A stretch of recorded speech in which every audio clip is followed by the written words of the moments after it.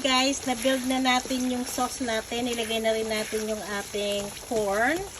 Ilalagay na natin dito yung ating crab.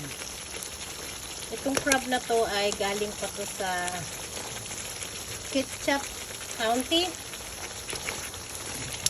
Bigay lang to sa amin guys ng katrabaho ng aking asawa.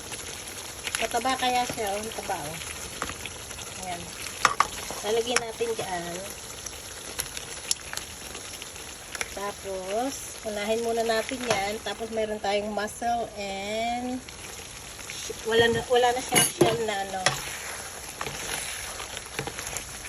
Yung ano, shell na shrimp.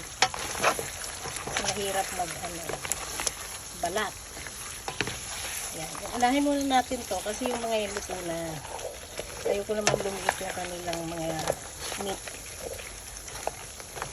Oh, ayan guys. Oh, kailangan maluto natin ng gusto yung loob. Lagyan natin ng